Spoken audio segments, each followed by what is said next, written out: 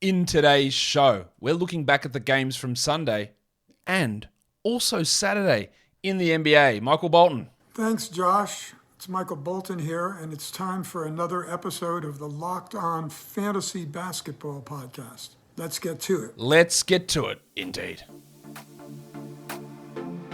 You are Locked On Fantasy Basketball, your daily fantasy basketball podcast, part of the Locked On Podcast Network.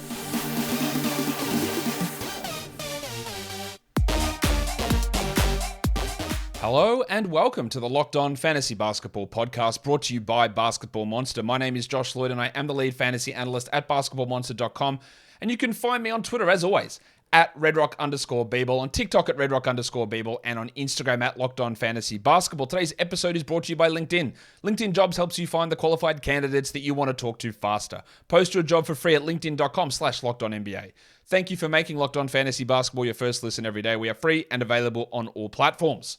Now, normally I'd be doing a recap show of Sunday's games, but because it's a weird day, the games are over early, Super Bowl Sunday, there's only 2 of them on, I'm not going to do that. I'm going to recap Sunday's 2 games, but I'm also going to go back in time to yesterday and recap the 9 games from Saturday. So we've got actually a robust show for those of you who don't want to watch the Super Bowl or the Super Bowl halftime show, or just want to know what the hell's going on in the NBA and fantasy basketball. We're going to do an 11-game recap today. Did the waiver wire show already earlier. No more wasting time, Warnie. Let's get it on, Gilly. All right, the big news, I guess, is the Zion Williamson setback with his hamstring injury. Obviously, terrible news for Zion, for the Pelicans, for fantasy managers. I'm not going to go into anything about this, what this means for Zion's future or anything like this. That's no point in doing that.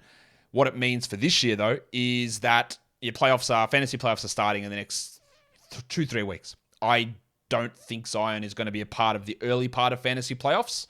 So let's assume that, we thought the earliest he could be back was February 25th. So obviously a setback pushes him further away from that. So he's not coming back until March. You would think probably mid-March is best case, and then he's limited then anyway. That's really tough for me to hold. And your open IL slots, you're never going to have an argument, right? You always got to hold in an open IL slot. But when you need those IL slots, and when you get into playoffs, or if you don't have them, drop him. Like, you've got to make hard decisions. You drop him. If Zion's not going to be there for your first round of your playoffs or second round of your playoffs, or you don't make the playoffs, then there's no point holding. I know he's great. I know he puts up awesome numbers, but when he comes back, he will be limited as well. So he won't be top 40, top 30 punt Zion. He won't be when he comes back. He might be 80th or 90th or 100th. And then by the time that he gets back to maybe being full strength, is it in your actual championship matchup? Are you even there to care? And the answer to all those questions is he there? Maybe. Are you there to care? Probably not. I'm not telling you to drop him. That's very much not what I try to do on this show. Like, I'll tell you what to do. Like, sometimes I will. I'll tell you, add Walker Kessler. What are you doing? What are you waiting for? I'll tell you things like that. But it's in the end, it's like suggestions or ideas or leanings or where we sort of, how we process the information. And I think with Zion, again, because everyone's league and situation is wildly different. But the overwhelming thing is it's got to be considered now that he's droppable. And in most cases, the answer will be, move on. In most cases. Had some buyouts happen. I didn't put him on this list, but Patrick Beverley's been bought out now.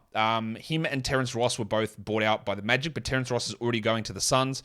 Terrence Ross wasn't a part of the Magic rotation, so it doesn't change anything for their rotation. Ross going to the Suns, I don't know, is he even better than Damian Lee? I'm not sure. He gives them another option that's not Warren or not Craig or not Okogie or not Wainwright to play alongside Durant. Durant can obviously play down at the 3, giving guys like Craig and Wainwright opportunities to play at the 4. Durant can play up at the 4, giving guys like Okogie and Ross and Lee opportunities to play at the 3. And of course, Booker can play at the 3 as well. So he's going to be in the mix there. We're not adding Terrence Ross. Danny Green was waived by the Rockets, as was John Wall. Green has signed on in Cleveland. Green is like 36, 37 years old, coming off a torn ACL in an unbelievably quick time. He's not going to be a fantasy impact player, but there is a chance for him in the rotation. Okoro, Wade, Lamar. I think you can count Lamar Stevens out. I think this really impacts Chetty Osman as well. Now, Green's going to be pretty limited in the regular season. He's going to sit back-to-backs. So these guys should be okay, but it just takes a little bit off the top of those players. And in terms of the Cavs making a winning move, it's a pretty strong option, I think. Green is a noted winner. He makes teams better consistently. And while he might not have as much left as we would hope, it's definitely not a bad move to get him. I actually like Reggie Jackson going to Denver as well. He was bought out by the Hornets. He goes to the Nuggets. Some people will automatically leap to, does this mean that Jamal Murray's knee is rooted? No, I don't think that's the case. What I think this means is they don't want Ish Smith to be their primary backup point guard. And Reggie Jackson's a clear upgrade there. Is there some worry about Jamal Murray and his knee? Yeah. Now, Jamal Murray's knee is not the ACL knee. It's a compensation soreness on the other knee, which is, I don't know if it's more worrying or less worrying, actually. But it's not an ACL issue. It's an ACL adjacent issue on the opposite knee. I think Murray won't play until the All-Star break and then he'll be fine. Reggie won't be a 12-team league player. He's not playing 31 minutes a night or getting big usage. He'll be a streamer for threes, maybe for points, like a 16-team league player. And obviously it hurts Ish Smith. It probably hurts Bruce Brown a little bit as well, because Brown would have been that first option to start over Murray when Murray's not there. But maybe they go with Jackson now. So it probably does hurt Bruce a little bit. I'll hold Bruce for now. But I think it's in terms of a useful enough option for a playoff team like Danny Green going to Cleveland. I like Reggie Jackson going to Denver. Stanley Johnson was waived by the Spurs. You could see him going somewhere, but that's not a fantasy impact thing. John Wall's been bought out, no team. Patrick Beverley doesn't have a team yet. Serge Ibaka doesn't have a team. It appears like both RJ Hampton with the Magic might get bought out, and also Nerlens Noel with the Pistons. Both of those guys post-trade deadline are just listed out, not with team, which means that they're just getting sent home and organizing contract stuff, I believe.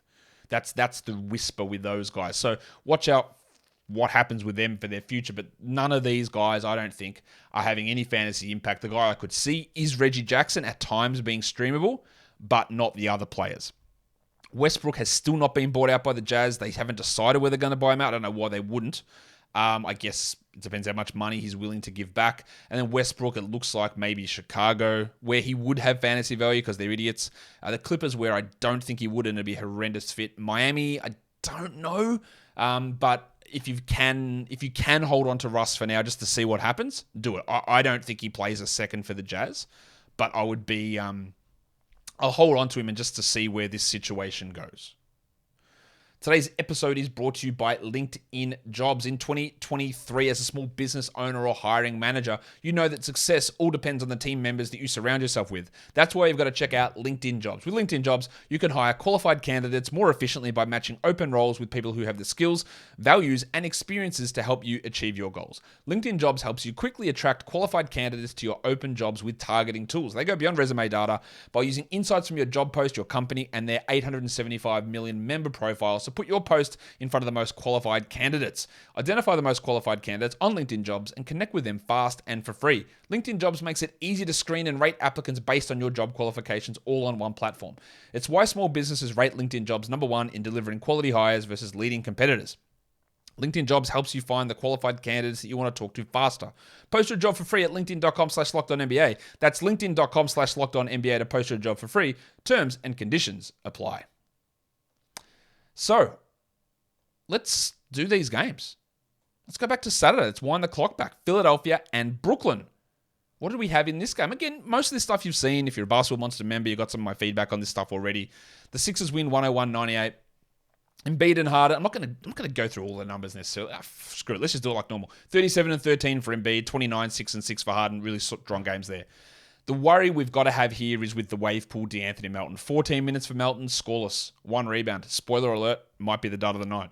Shocking game from Melton. He is outside the top 240 over the last week. He's still top 100 for the season. The problem here is the last 2 games have been bad, and the ones before he played 33 minutes. So the up and down nature of it is making me a little bit skeptical. If I'm in a 10-team league, I've got no problem with dropping DeAnthony Melton. No problem whatsoever. If I'm in a 12-team league, I'm probably going to hold through the break at least and see where these minutes go. As for Tangles, 34 minutes for Tyrese Maxey. 12 points, 4 rebounds, no threes, 36%. Like Melton, he's outside the top 200 over the last week. 238th, in fact. But unlike Melton, he's only 121st for the season. I'd be more inclined to hold on to Maxi just because that scoring upside is hard to get and the minutes have trended back towards him. And I feel more confident in Maxi's minutes floor being 28, whereas Melton, I don't think that's his floor. But they're both very much on the fringes. Jalen McDaniels made his Sixers debut, 5 and 4 in 16 minutes. I think Jack Armstrong is going to get a workout today. Get that garbage out of here! And I'm not saying it yet, but the thick Hogsman. I think I am a TH? Yeah, TH for life. Sorry, went too early on that. He is edging very close to being jacked right here. 3 points, 11%. He had a 111. He's 217th over the last week. You know that my original thoughts on him this season were, I'm not sure he's top 100. And then he just decided to put in gigantic shooting numbers and gigantic defensive numbers. And Harden and Maxi and that were out, and his usage stayed up. Well, now it's all coming home to roost. And all of this, I think he's going to be a drop when we hit fantasy playoffs. I wouldn't do it yet. If I'm not dropping Melton, I'm not dropping Harris. But I wouldn't be surprised to see someone like Jalen McDaniels actually eat into Tobias Harris's time, especially when the shots aren't going in. It's rough for him at the moment. Melton, Maxi, Harris, all outside the top 200 over the last week. That's bad. And yeah, I'm a little bit worried about where that goes. A little bit worried. For the Nets, they ran a very confusing rotation. They started Dinwiddie alongside Mikal Bridges, Cam Johnson, Finney Smith, and Claxton. And then Nick Claxton played like 5 minutes in the first quarter and a half. You go, what's going on here? He did have some issues, I think with some disciplinary stuff, ended with 29 minutes. But they ran like a crazy 12-man rotation. So I still don't know what to make of it. Like, why did we get 3 Day'Ron Sharpe minutes? Why did we get 7 Patty Mills minutes? Why only 5 Yuta Watanabe minutes? I don't know what to make of it. What I do know is that I was very impressed with Mikal Bridges. Now, what I think is going to happen with Bridges here is he will have a boost in usage, but we've also already seen a boost in usage for Bridges all season. Maybe he gets an extra point or two of usage. He had 23-6 with 2 steals and 3 threes. But that legendary field goal percentage for Bridges is going to fall away almost definitely, I think. And we've seen that all season. Give him a higher roll, the percentages drop off. And I think that'll continue here. As for Cam Johnson, 28 minutes, 12 and 7, 2 threes, 3 steals. Didn't shoot well at all. I thought he was going to decrease some value heading to this team. Maybe he doesn't. He's a hold. We'll see what happens. I've got no confusion about holding Royce O'Neal, though. Get that garbage out of here! I projected him to lose a lot of minutes and play maybe 20 minutes a night. It was worse. He played 17. 3, 4, and 3 with a 111 on 14%. There are just players there are 3 wings that are better than him now. Bridges, Johnson, and Finney Smith. They're all better than him, clearly. And he was already a droppable guy anyway. Same with Finney Smith, who played a lot of minutes, but had 5, 8, and 2. And he'll have some moments where he's a 12-team league guy, but the upside's not good enough to hold. I'd much rather have Bridges and Johnson there. There's a lot of questions on this team. Like Joe Harris went off 18 points, 6 threes. I don't care. I don't buy it for a second, but that's good. His last 2 games have been really strong, and they're just finding him for open shots. So watch that one, and we still don't know what happens with Seth Curry when he returns. There's 2 big... Dinwiddie struggled in this game, 9 points, 20%. Hit that buzzer-beating 3-point shot that didn't... Actually, not buzzer-beating, because it didn't beat the buzzer. But otherwise, those numbers are pretty rough, but I'm still really liking what he's going to do. The big questions are going to be Ben Simmons. 16 minutes, 4, 3, and 3. Is he looking like a drop? Absolutely. Am I dropping him? I don't know. Because this rotation doesn't feel settled. But what is feeling settled is that Simmons isn't going to play 29 minutes a night. If there is someone just absolutely on your waiver wire where you go, man, why is this guy on the wire? I've got to really go and add him. Then I can see that. I can see why you would make that move and why you would drop him. I understand that. But I'm not just blanket dropping Ben Simmons. It's there, though. I get that. He is very close. And the other one is Cam Thomas, who, with the whole roster minus Curry available, played 18 minutes off the bench. He had 14 points, which is strong, 30% usage. Maybe he maintains 30 usage. That's possible.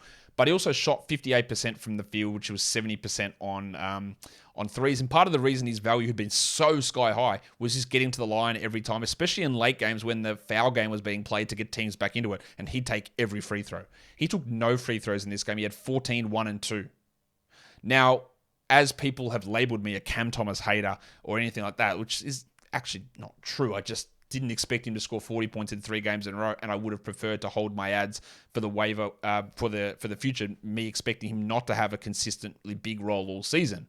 That was my theory on Cam Thomas. And of course, it looked so stupid when he went out there and put up those big numbers. But 18 minutes, I don't want to rely upon a guy getting 18 minutes, no peripherals, and shooting 58%. But I will hold, because I don't know that there's 15 random minutes of Sharp, Mills, and Watanabe that don't necessarily need to be played every night. And those 15 minutes, I doubt they'd all go to Thomas. Some could go to Thomas, some could go to Simmons, some can go to Royce, some can go to Harris, some can go to Curry. But if Cam Thomas played 25, he probably is a fringe 12-team league player. But if the next game sees him under 20 minutes again, then I have no problem jacking him. Because, is it bias for me? Maybe. Is it me seeing this is how I projected things to pan out, and then they've reverted back to exactly how I thought things would pan out? Then yeah, I'll believe it. Like, I'll think, okay, well, this is sort of what I thought. That's what they think now as well, so we can move on. But I won't do it just yet. I talked about this on the Waiver Wire show. I'm not dropping Cam Thomas just yet, but he's very, very much in the firing line to be moved on from if this role, which I think it will, becomes a trend. Today's episode is brought to you by FanDuel. The midway point of the NBA season is here, and now is the perfect time to download FanDuel, America's #1 sportsbook. New customers get a no-sweat first bet up to $1,000. That's bonus bets back if your first bet doesn't win. Just download the FanDuel Sportsbook app. It's safe, secure, and super easy to use. Then you can bet on everything from the money line to point scorers and threes drained. Let's look at the Rookie of the Year odds. Paolo Banchero is a massive favorite on FanDuel, -1,000. Has he actually been the best rookie this season? I mean, yes, but has he? Yes. The odds that are really interesting to me are the fact that Benedict Mathurin is second favorite at +950 and Walker Kessler's +3,500. That is insane. Kessler's been better than Mathurin. And then the next favorite is Jaden Ivey, which is blatantly crazy when Jalen Williams is sitting behind him at +18,000. I'd even have Keegan Murray at +18,000 ahead of Jaden Ivey. Those odds are crazy. They're crazy. Man, people's valuations of rookies is wild. Anyway, you can check all of that on FanDuel. Plus, FanDuel even lets you combine your bets for a chance at a bigger payout with the same game parlay. Don't miss the chance to get a no-sweat first bet up to $1,000 in bonus bets when you go to FanDuel.com/lockedon. That's FanDuel.com/lockedon to learn more. Make every moment more with FanDuel, an official sports betting partner of the NBA. Don't forget to gamble responsibly. Man, this show's going to be long. Denver and Charlotte. Let's have a look at this one. Okay. The Nuggets win at 119-105. What stands out from a Nuggets perspective, there was no Aaron Gordon, Zeke Naji, or Jamal Murray. So we got Vlatko Cancar playing 24 minutes at the start. I think Vlatko's been pretty good this season, but not enough to matter for most fantasy leagues. And does he even play a big part in the rotation moving forward? I don't know. He's one to watch for deeper leagues. Tom Bryant came across, played 2 minutes in garbage time. Is he not going to be in the rotation? Regardless, we're dropping him in all 12-team leagues. But are they going to go small with Cancar at center? DeAndre Jordan played over him. I don't think that'll be the case. But watch that one with Bryant. Watch his deep league value. Christian Brown, 27 minutes, 11-7 with 4 steals. That's good. We don't overreact to that, nor do we overreact to Ish Smith's 8 assists because he's probably not going to play when Reggie Jackson gets there. KCP was strong, 15-2-5 with 2 blocks. He's been really, really good of late. And Magaporta Jr. had 14-6. And Brucey Brown, we keep holding him. But again, Reggie might impact that. 32 minutes for Bruce, 14-2-5. I didn't even talk about the big fellow, the big man in the middle, Big Chungus. Big Chungus, Big Chungus, Big Chungus. Crazy night again. 30-16 with 10 assists and 2 blocks. He just continues to do it. On the Hornets side of things, we got the big fella starting again, Mark Williams. Oh, hi, Mark. Only 21 minutes, so don't panic. 6 points, 5 rebounds, 2 blocks, and a steal. He had 3 fouls in the first 7 or 8 minutes that he played, 4 fouls in his first 12 minutes, and that's why he got limited. And that happens against Jokic and happens to rookie big men. He is still a must-roster 12-team league guy. And in his place, with him in foul trouble, Big Dick Nick Richards played 27 minutes. But you will notice that PJ Washington played no minutes at center at all. Richards had 9 and 8 with 2 blocks. That's totally good for a 14-team league guy. And he is a 14-team league player, Nick Richards. I don't think he's a must-roster 12. I don't think it's a minute split. I think it was a foul issue. But that will happen, and Richards will have these games. LaMelo had 18, 9, and 12. And Dennis Smith, big game. 27 minutes for Smitty, 15 and 4, a steal, 2 blocks, 2 triples. Why was he able to get that? Well, part of it is Cody Martin being out. Part of it is Kelly Oubre being out. They had Teo Maledon in the G League, and I don't know if Svima Hailuk would get those minutes, but Smith is at least a streamable option at times, but I don't have confidence in that. It was also huge minutes for Gordon Hayward with Jalen McDaniels gone. 21, 2 and 3, 2 steals. And until Oubre and Martin play, then Hayward is probably going to get a boost. PJ Washington Jr., can him and Jay Crowder share it? Yeah, I think so.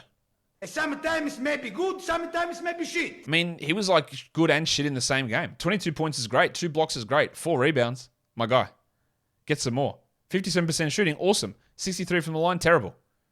He continues to be frustrating. Well, Rozier was bad. 12 points, 29%, but at least he got 3 steals. Bryce McGowan's is one of the guys taking some of those minutes with those players out. He didn't do much. I like McGowan's long term, but he's only a very deep league player. Like I've got him in a 30 deep league, but that's probably about as far as we go with that one. The Pacers and the Wizards. Daniel Tice sat out because it was a back-to-back. So Isaiah Jackson played 18 minutes, 6 and 4, a steal and 2 blocks. The ridiculousness of their rotation continues to be ridiculous, but I just expect Tice will go back and be that backup. I'm not saying Turner's a world beater at all. He's not. But this team's going nowhere, and Daniel Tice is, 30 years old, and there's no point to playing him. What's the purpose? I don't get it. You don't need to hold Isaiah Jackson, clearly. Halliburton was good, 21, 6 and 7. Hield was good, 16, 4 and 3, 2 steals. Miles Turner only 26 minutes without too much foul trouble, which is a little bit annoying, but otherwise the numbers are okay. And Mathurin just Mathurined. 16, 3 and 4, it's totally okay, but was bad from the field. And only got 1 free throw, and he still remains outside the top 200 for the season. Absolutely not a must-roster player. Timothy John McConnell, 9 points in 21 minutes. He's not a 12-teamer, nor is Aaron Neesmith, who just continues to be one of the more inconsistent players that we have. He'll be top 50, and then he's like, over the last week, 330th. 3 points, missed all of his shots. You can't rely upon him, and you absolutely do not roster him in 12-team leagues. You stream him in, but who knows what you're going to get. And you just don't want to hold on to him. Duarte played 18 minutes for 9 points, but I don't know what they're going to do. Are they going to play Jordan Nwora? And if they do, who misses out? Are they going to play George Hill? And if they do, who misses out? What is this idiot, Rick Carlisle? He's not an idiot, obviously, he's a great coach, but he makes some crazy rotation decisions. What's he going to do when Hill and Nwora play? Who's going to lose out? I'm a little bit worried about, maybe not Mathurin, but your stream value of McConnell, your deeper league value of Duarte. What the hell happens with Neesmith? I'm a little worried about that. For the Wizards, no Kuzma still. They've also waived Will Barton, by the way. I don't know where he's going to end up. Beal had 32, 4 and 6, and Porzingis 17, 10 and 5. So good numbers from those guys. What do we want to focus on? Dan Gafford and Denny Avdia. 30 minutes for both. Gafford 13 and 5 with 4 blocks, 100% shooting, must roster player. Avdia 16, 6 and 3, probably must roster. Although I think that he loses the most when Kuzma returns. Delon Wright, 5 assists is nice. A steal is okay. He's looking more like a specialist versus a 12-team must. He's like an Alex Caruso at this stage.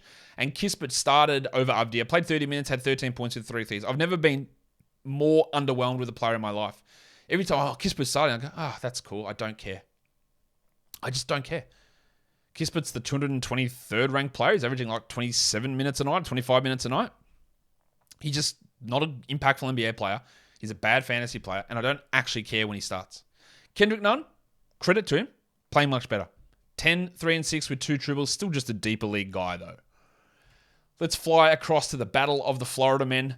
Miami beats Orlando 107-103. Jim Butler, 22, 7 and 6, 2 steals, 2 blocks. That's great. Adebayo, 13 points is a bit annoying, but 17 rebounds, 6 assists, 2 steals, and a block is great.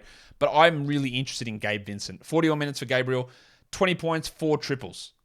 Only 12 shots, but I have no faith in Kyle Lowry at all. I'd be adding Vincent in every 14-team league, and I think in most 12s. I added him in a 12-team league myself.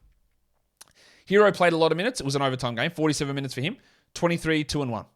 It's a typical game where it looks great, and then you look at every category after score and you go, ugh. Bad 9-category line because of you're doing nothing apart from scoring. Caleb Martin has had some really interesting performances late. 8 and 7 here, 2 steals and a block. That's not great, but the 2 steals and block is strong. He's been getting some steals, he's been getting some rebounds. He's a definite 14-teamer, and he's pushing to be at least 12-team adjacent. And with Victor Oladipo out, we got 39 Max Strus minutes. The Winter Soldier had 12 points. He had 7 assists as well with 4 triples. He's a stream option with Vic out, but he's not a long-term option, I don't think. For your Orlando Magic, we're going to address Jalen Suggs because he was great. 28 minutes, 14 points, 3 threes, 4 steals, 3 blocks. Now, there's a couple of things to look at here. Yes, they're waiving Patrick Beverley and Terrence Ross. Doesn't matter. Beverley's never played a minute for them. Ross is out of the rotation. RJ Hampton, they're waiving him. Who cares? Not in the rotation. What I look at here with Suggs, he had a 13 usage. Shot 71%. But that doesn't impact defense. I already know he's an elite defender. I know that he's more of a part of the future than Gary Harris, but will they play him those minutes? Will they play him over Cole Anthony? He's absolutely on the radar, but he's not a 12-team must. There's a lot of stuff here, the 71% shooting and 28 minutes in particular, which I'm not that confident in long term. Cole Anthony, he just continues to be one of the more confusing players. Only 20 minutes here, 7 points, but he had 6 assists. He's an option to stream in 12s, but he's definitely not must roster. While Bol had 2 points in 19 minutes, not a must roster player. And actually, he's a jackable 12-team guy, and he has been for weeks. Get that garbage out of here! And so's John Isaac. Get that garbage out of here! Gosh, you just hate him. The John Isaac stuff is pretty simple, right? He had 3 points in 14 minutes. He's ranked 280th for the season. When is he going to play 21 minutes or 20 minutes? Is he ever going to? You can hold John Isaac, but if you are holding him and you are battling for the playoff spots, it's useless to you. It's going to hurt you a lot. And that's the way it's always been. If you're sitting in first and you've got a lot of wins banked up early in the season, you can afford losses. It doesn't matter. And so you can take a fly if you believe he gets there. I don't believe he gets there, but you might. And that's okay. But if you're battling for a playoff, you can't argue it, I don't think, that he's a rosterable player. Because he's not. He's not producing anywhere near the value he needs to. And we've got not only do we have an uncertain timeline as to when he gets those minutes, we don't even know if he ever gets there or they've got any plan to play him those minutes. And that is such a gigantic unknown from so many angles that you're burning a roster spot in a battle for a playoff position. Paulo Banchero continues to really struggle. 16 and 13. Doesn't look like it's struggling, but efficiency is. No defensive stats. He's turning into tall RJ Barrett at the moment, which is a little bit worrying. I think he's going to be better than this, but it's been a struggle for him. While Mo Wagner was great. 14 points, 2 threes, 2 steals, and a block. He's a sneaky 14-team league guy at the moment. Wendell, pretty strong, 14 and 6 as well. While Franz Wagner, massive buy low for Franz. Talked about him on the buy low show last week. 10 points, 27% shooting. He looks pretty exhausted. I think the break's going to do him good, and he's going to put up much better numbers is my guess after the break. I bloody hope so. I don't think it can get worse. Let's look at the next game, the Utah Jazz and the New York Knicks. The Knicks 126, the Jazz 120. Taylor Horton-Tucker, 27 minutes. 23, 2 and 7. A steal and a block. There's a lot there that I like. There's a lot there that's bullshit. The 67% shooting, that's the bullshit part. The 7 assists, the steal and the block, no, he can do that. The 27 minutes, maybe.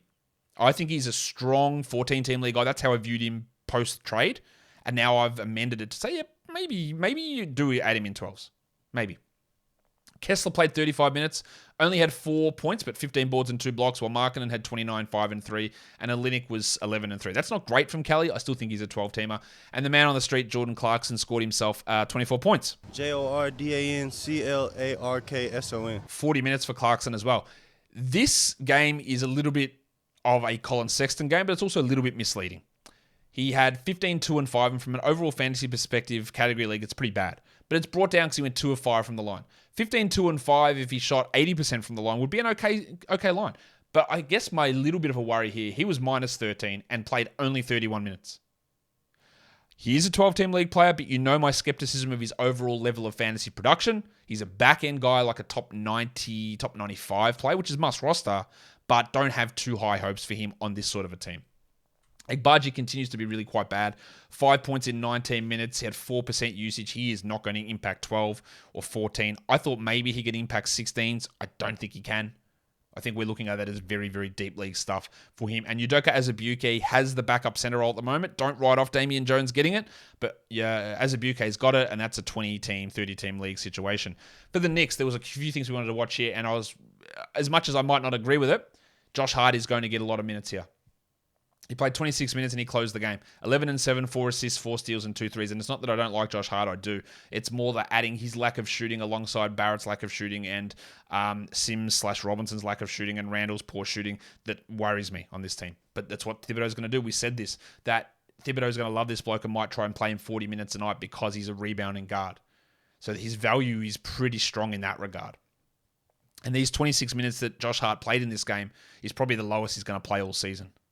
The burner played 39 minutes. Jalen Brunson, 38, 3 and 5. He continues to be ridiculous. While Randall had 31 and 6 with no defensive stats. Rowan Barrett got 34 minutes. I thought he might lose a little bit. He didn't, but he Barretted his way. 20 and 6, 3 assists. No steals, no blocks, subpar field goals, below average free throws. It's the RJ Barrett story every single time. Nothing changes. But what did change for old mate Grimy? This briefcase and this haircut. Now, I've already jacked him off so many times this season. There is absolutely no reason in my mind to have Quentin Grimes on a 12-team roster. Get that garbage out of here! He had the dreaded 1-1-1, 1 point, 1 rebound, 1 assist, and played 22 minutes. And like we talked about when Josh Hart came over, yes, Josh Hart will take Miles McBride's 9 minutes. Who else's minutes is he taking? Well, the answer is Grimes, and it's Quickly, as expected. 23 minutes for Quickly, 15 and 5, a steal and a block. I think that's okay, but there's no way of Quickly being a consistent 30-minute a night player now unless Barrett loses minutes or Grimes is out of the rotation. So you can drop Grimes, you can drop Quickly really quickly. Didn't even mean to say that. It was just horrible pun work. Hardenstein, 25 minutes, 6 and 14. He is still the option over Sims, but it's getting more closer to a minute split now, which makes it a little bit more frustrating. Let's go to the next one. It is the San Antonio Spurs and the Atlanta Hawks. The Hawks win it easily, 125-106. The Spurs got everyone back apart from Vassell, who should come back after the break, it looks like. And there was no Doug McDermott and no Romeo Langford. They are still keeping Charlie Bassey in the G League. Maybe that's a games played thing, or they're waiting to convert him. But just we need to watch him for deeper leagues. Sohan, only 21 minutes, which is a red flag on the 21 minutes. Zohan now! But he had 30 usage. 18, 9, and 5, a steal and a block. He is probably a 12-team league guy. Devontae Graham, 24 minutes. So we look at that and go, oh, man, that's great. 9 points on 38% is very Devontae Graham. He hit 3 threes, and then randomly he had 2 steals and 2 blocks. Him getting 24 minutes a night is absolutely not a 12-team league option. Look, if Devontae Graham plays 24 a night, it is no more than a 3s streamer for 12s. I have seen Devontae Graham play for many years. In 30 minutes a night, he can be a 12-team league guy on a punt field goal team. In 22, he cannot be. And while this game you look at and go, look at the value in that, Josh. That's such great fantasy value. 2 steals and 2 blocks is just impossible for him to do. He's 2 blocks. He might not have, honestly, might not have 2 more blocks the rest of the season. This is not a realistic outcome for him. 9 points, 2 rebounds, 4 assists. Sure. Could do it every game. Do you actually care, though? Is that good enough? Probably not. I don't think he's a 12-teamer. Trey Jones, it's looking a little bit rough for him. 25 minutes, 8 and 7, 3 assists, 2 steals. I probably hold a little bit, but I'm not feeling great. While Keldon Johnson was really strong here with the efficiency and the scoring, just everything else was rough. No threes, 2 rebounds, 2 assists, 1 steal. Not great there. And it wasn't a good night from Zach Collins. 9, 5, and 4 with a 1-1. Hold him, though. Malachi Branham got the 28 minutes. I think they should start him rest of the season. Whether they will or not, I don't know. Romeo Langford could get in the mix.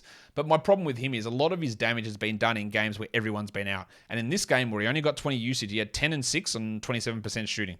And he doesn't do enough across everything else that's not volume scoring, where he's not fed the ball a ton, to make him a must roster 12. He's absolutely okay to take a look at, to see how they run the rotation. I just, like my projections do not love him.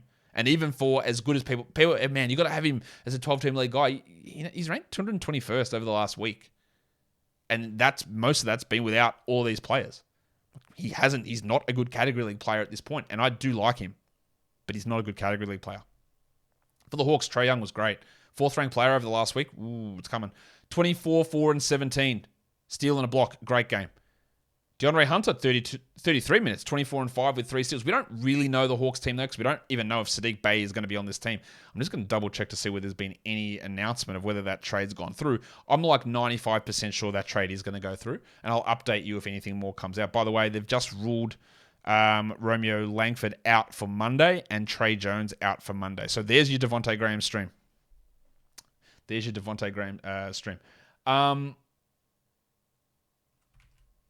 Interesting. As I'm recording this, as these injury reports are coming out, DeJounte Murray, 18-7-3. Johnny Collins, did the trade lift the pressure? 17-3 with 2 steals and 2 blocks. My worry has been his shooting all season. He's shot poorly again, but there's some good numbers there. While Okongwu played 19 minutes.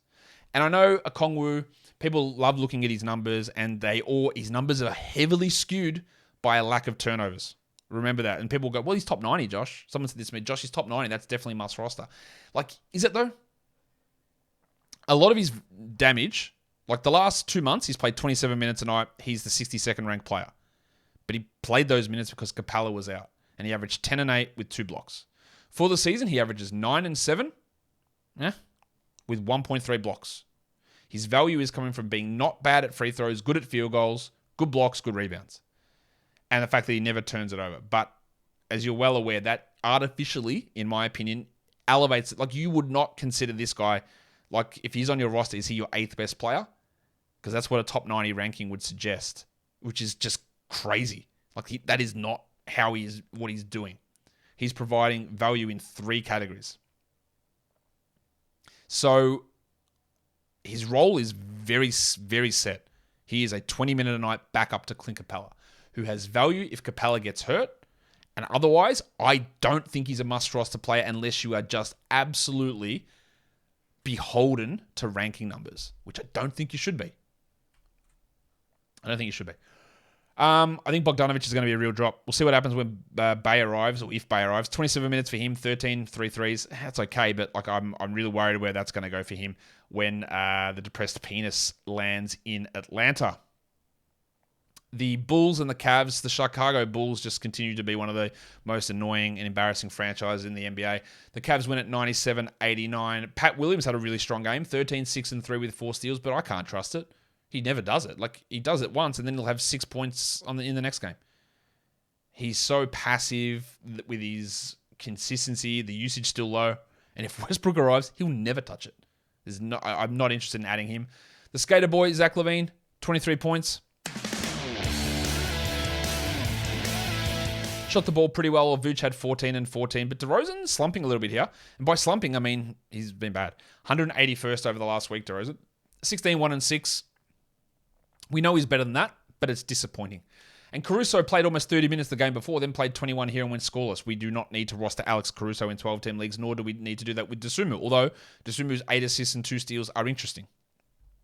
Interesting to consider as a stream, but definitely not as a 12-team league player. Kobe White also was pretty poor in this one. 4 points on 11%. Actually, that's not poor. That's sucking. For the Cavs, Don Mitchell, 29, 10 and 6. Jarrett Allen, 23 and 10. Good numbers there. And Mobley, 14 and 6 and 2 steals. Evan Mobley's been great. And all of those guys are top 40 players, Mitchell, Allen, and Mobley, over the last week. Mobley's really starting to get me excited at the moment. Garland, not at his best with the shooting, 43%, but 19, 2 and 7 is pretty strong, and that's sort of where the value ends. Old mate Karis LeVert showed us why we don't love him at all in fantasy. 1 point, 2 rebounds, 2 assists in 26 minutes. Very hard to have him as a 12-team guy. And Okoro had 7 points in 27 minutes. And while some of Isaac's recent numbers have been all right, he's still more a 14 to 16-team league guy. Rubio, scoreless, missed all 6 of his shots, dreadful. But 5 assists, 3 steals, and a block is good. He's very much a specialist. He's very much an assist streamer, and he's a deeper league sort of a player, while Osman played 14 minutes and Wade played 11. It'll be interesting to see where Danny Green fits in to that rotation. The Warriors and the Lakers. The Lakers on the road get the win without LeBron. 109-103. Mo Bamba still serving his suspension, so we don't really know where he fits in the rotation. But Vanderbilt, the numbers are great. 12, 8, and 4. We love that. Love it. But he only played 17 minutes. 17 minutes is not enough for me to buy into Jared Vanderbilt as a 12-team league player. Can you have him in 12s if he plays 25? You probably can, but I think his value is going to be very, very similar to what it was in Utah.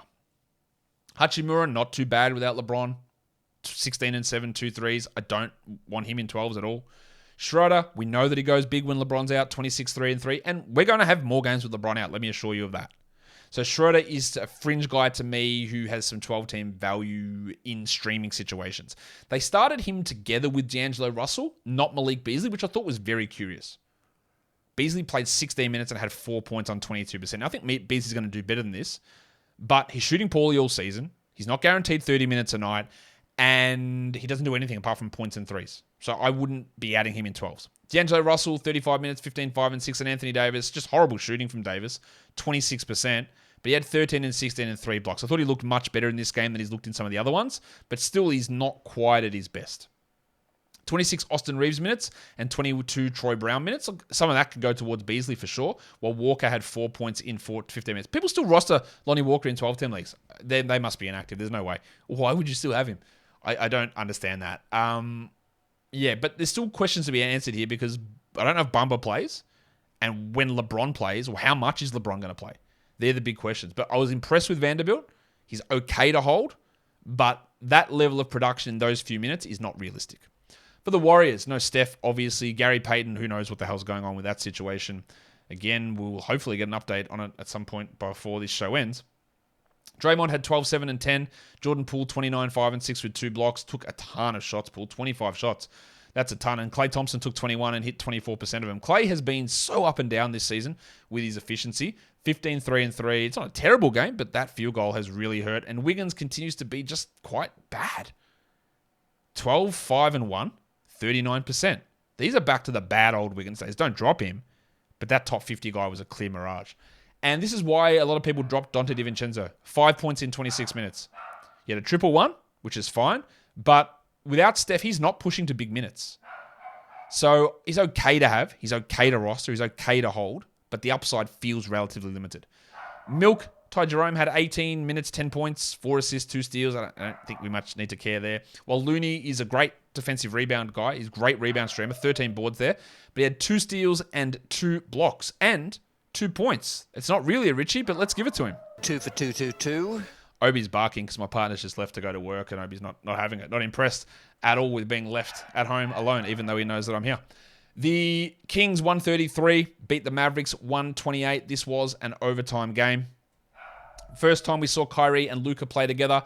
And let's immediately go to Kyrie. 28, 7 and 7, 4 threes, a steal and a block. Great efficiency. He's a really good player. There's no doubt about that. He is a fringe first-round guy. He's 13th for the season. He's 14th over the last week. Nothing changes for him. Luka Doncic, back from his heel contusion, 27, 9 and 5. Yeah, we'd like a few more assists, but strong Luka game. So what was the interesting thing to watch here? What was Josh Green? 40 minutes, 23, 5 and 1. And normally with Josh Green, we worry about usage. But he had 17 usage. It's not too bad. Now, he only had 1 steal, but his shooting this season has been out of control, and that worries me.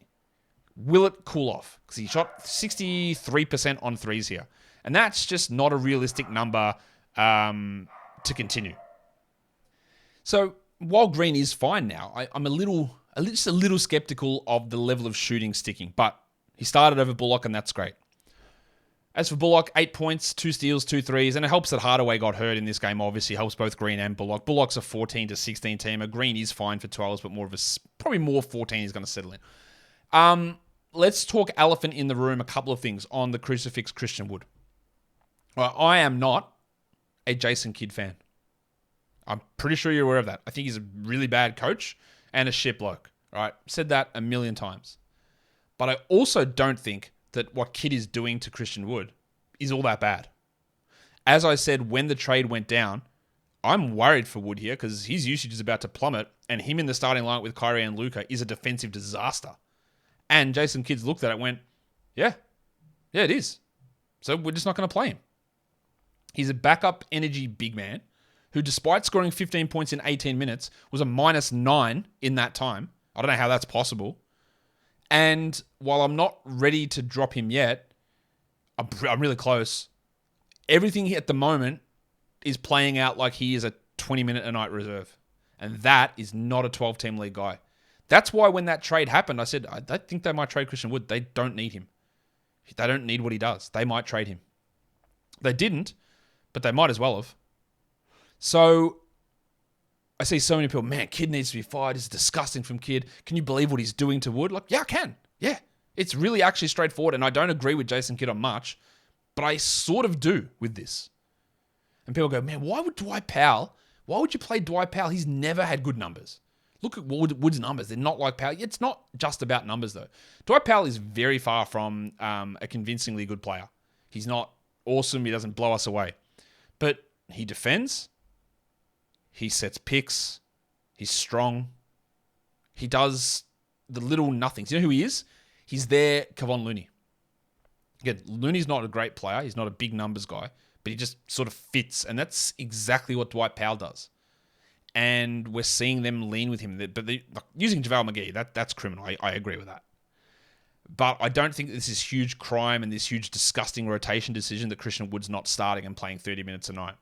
I am officially massively worried about where things go for Christian Wood from here.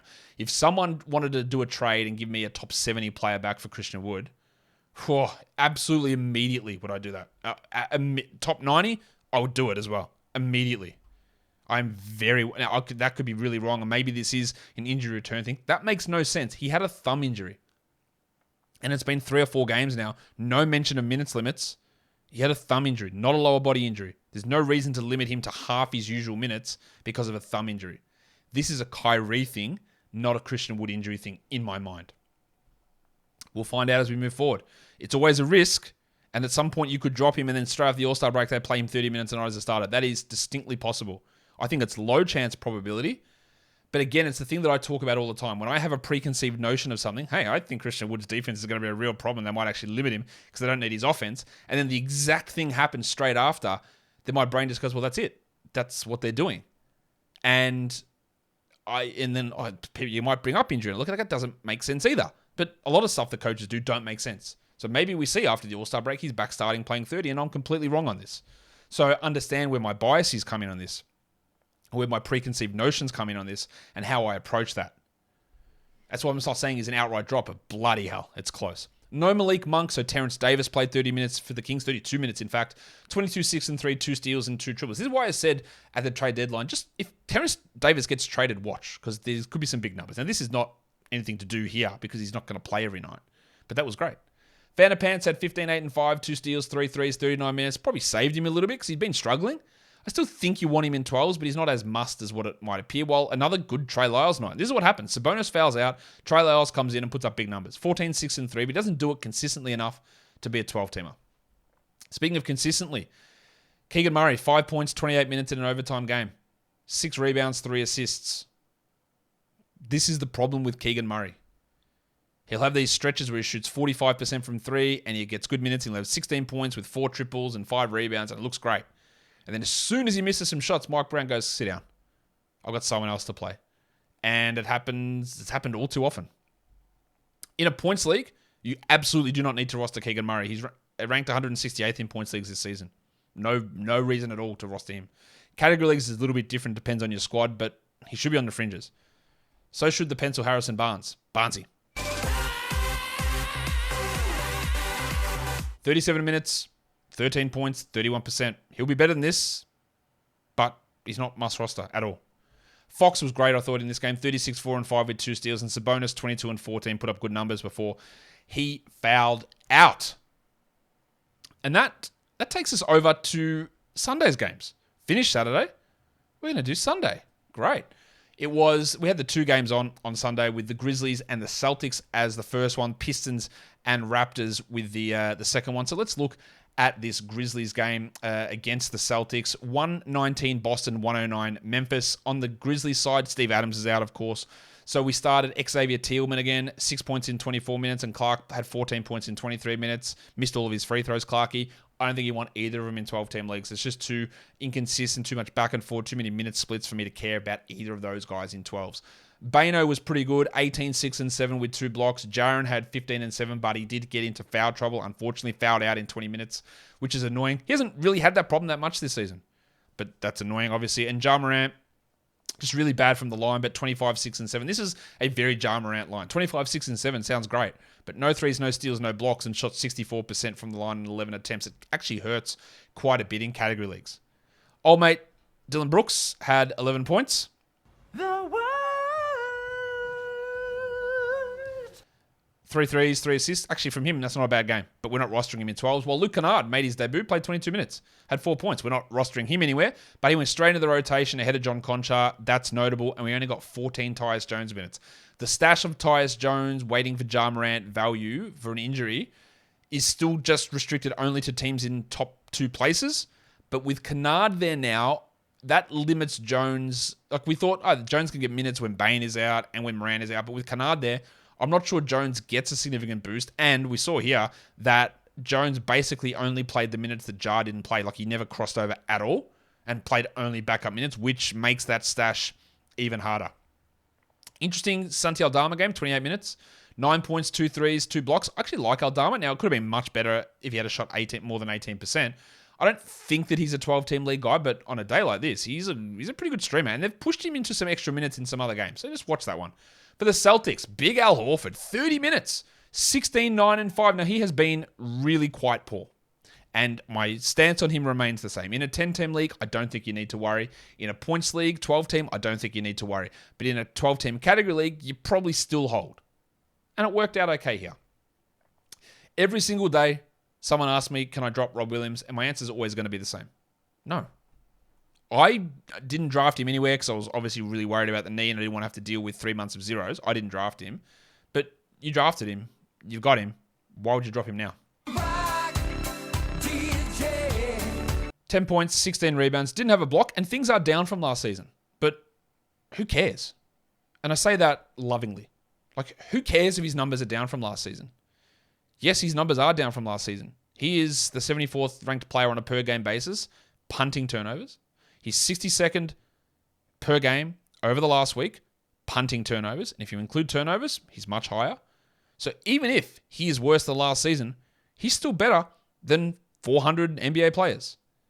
So just because he's worse than last season doesn't mean you drop him.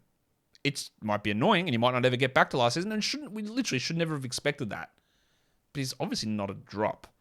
Tatum had 16 and 7 with 2 steals and 2 blocks on 19%, which is bad. Well, Derek White, 23, 3, and 10. Maximum Derek. When they were healthy, he played like 14 minutes. And went, oh shit. And then Smart went down. Now Brown is out and Brogdon was out. So he went crazy. We love rostering him at the moment, Derek White. I don't know how long it stays. Because, again, he was out of the rotation almost. Not almost. He played 15 minutes when they were healthy. Sam Hauser, 20.6 dribbles. Nothing else. One of the elite 3 streams at the moment. And big minutes with 3 rotation wings / guards out in Brogdon, Smart, and Brown. Could stream him for points and threes okay. While Grant Williams had 10, 9, and 4. Nothing exciting there. And a good game from Peyton Pritchard. He's an interesting dynasty buy low, Peyton.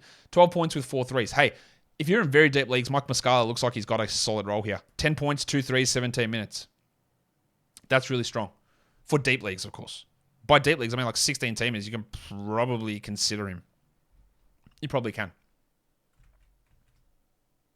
And now let's look at the last game of the night. The Raptors narrowly over the Pistons. 119-118, the final score. The Pistons were without Marvin Bagley, of course, James Wiseman, and it does look like the trade is going to go through. It hasn't been officially confirmed, but that is where we're looking at. That trade's going to go through. Bogdanovic, 38 minutes, 33 points. Really, really strong. Killian Hayes, no, not strong at all. 2 points, 10% shooting. He had 5 assists and played only 21 minutes. It's very disappointing to see those minutes like that. It's a Dwayne Casey special, but yeah, it's annoying to see 21 minutes there with 28 minutes for Burks, who was great, by the way. 21 points with 4 threes for Burks. I don't think he's a 12-team league guy, and I would hold Hayes, but that's annoying, no doubt about it. Passport legend Jalen Duren. You look at his numbers and you go, oh, that's gross. Especially after he scored 30 last game. He had 6 and 4 in 28 minutes, but he sprained his ankle.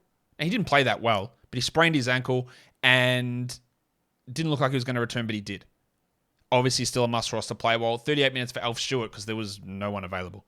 He had 16 points with 3 threes, and still, I don't think that Alf Stewart's an Isaiah Stewart. I don't think he's a 12-team league guy. While Jaden Ivey had 18, 2, and 7. Really strong. He's very inconsistent, though, Ivey. And even with like this sort of a game, like he's still 174th for the season. Probably okay for 12s, but I wouldn't get excited. And then the guy that really stepped up here was MC Hamidou Diallo. Stop. Hammer time. 18 and 7. Steal and a block. 73%. Don't go and add him based on this. Stream for today was great. No problem. Absolutely worth looking at always. With only 2 games on, you can stream whoever. But as a long-term thing, I don't think so. Isaiah Livers is getting good minutes. I like that. He's just a horrible fantasy producer at the moment. 2 points for Livers. He did have a steal and a block.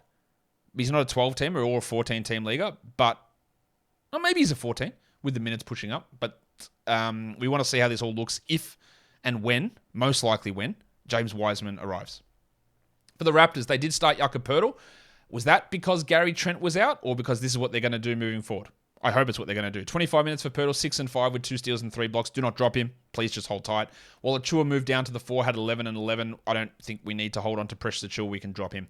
Van Vliet, 35, 3 and 8. Siakam, 28, 4 and 6. And Barnesy, 24 and 3. Good numbers across the board from those guys. While Boucher, only 18 minutes. I think the arrival of Poeltl is going to hurt him. 7 and 5 with 2 blocks. I'd rather have him over Precious at this point, Boucher, but I think they're both on the outside of 12-team leagues looking in, while we also got 18 Malachi Flynn minutes, 9 Delano Banton minutes with Gary Trent out. They're not guaranteed to play a single second when Trent returns. Of course, Anunoby's out as well, so that puts further dent in the value of Chris Boucher, although Anunoby doesn't have a firm timeline at this stage. So let's go and do the lines of the night. I'm going to do a line of the night for Saturday and then all the top 10s. Then we'll just do a quick line of the night for Sunday as well. With only 2 games on, we don't need full top 10s of all of that stuff for Sunday's action. So the lines of the night for Saturday, Joel Embiid wins the monstrous line of the night. The young gun, also the waiver wire is Jalen Suggs and the young gun is Jalen Suggs. And the dud of the night is DeAnthony Melton. Top 10 players from Saturday. Number 1 was Embiid, followed by Don Mitchell, Brad Beal, Jokic, Trae Young, Sabonis, Jalen Suggs, Kyrie Irving, Jalen Brunson, and Jimmy Butler. Your top 10 players rostered under 50% of leagues. Jalen Suggs, we're watching that one. We're watching it. Patrick Williams, not interested. Terrence Davis, that's a Monk absence issue. Horton Tucker, yes. Christian Brown, probably nothing there. Gabe Vincent, yes. Devontae Graham, well, with Trey Jones out, he's a great stream for Monday. Dennis Smith, watch that one. Rui Hachimura, no. Deeper leagues only. And Schroeder, if LeBron is out, I'm okay with using him in 12s. Your top 10 players in points leagues for Saturday: Jokic, Embiid, Don Mitchell, Trae Young, Kyrie Irving, Jalen Brunson, De'Aaron Fox, Jordan Poole, LaMelo Ball, and Lauri Markkanen. And then your lines of the night for Sunday's action. The monstrous goes to Bojan Bogdanovic. Your waiver wire line of the night goes to MC Hamidou Diallo. The young gun of the night is Scotty Barnes. And the dud of the night, with that bad free throw shooting, is Brandon Clark. And today's episode, well, that's it. We're done. Sorry. That's it. We're over. Follow this podcast on Apple Podcasts, Google Podcasts, Stitcher, Spotify, and on the Odyssey app. And if you're on YouTube, thumb it up and leave your comments down below. Guys, we are done here. Good luck watching the Super Bowl. Hope your team loses. I don't know what I'm talking about. Thank you guys so much for listening, everyone. See ya.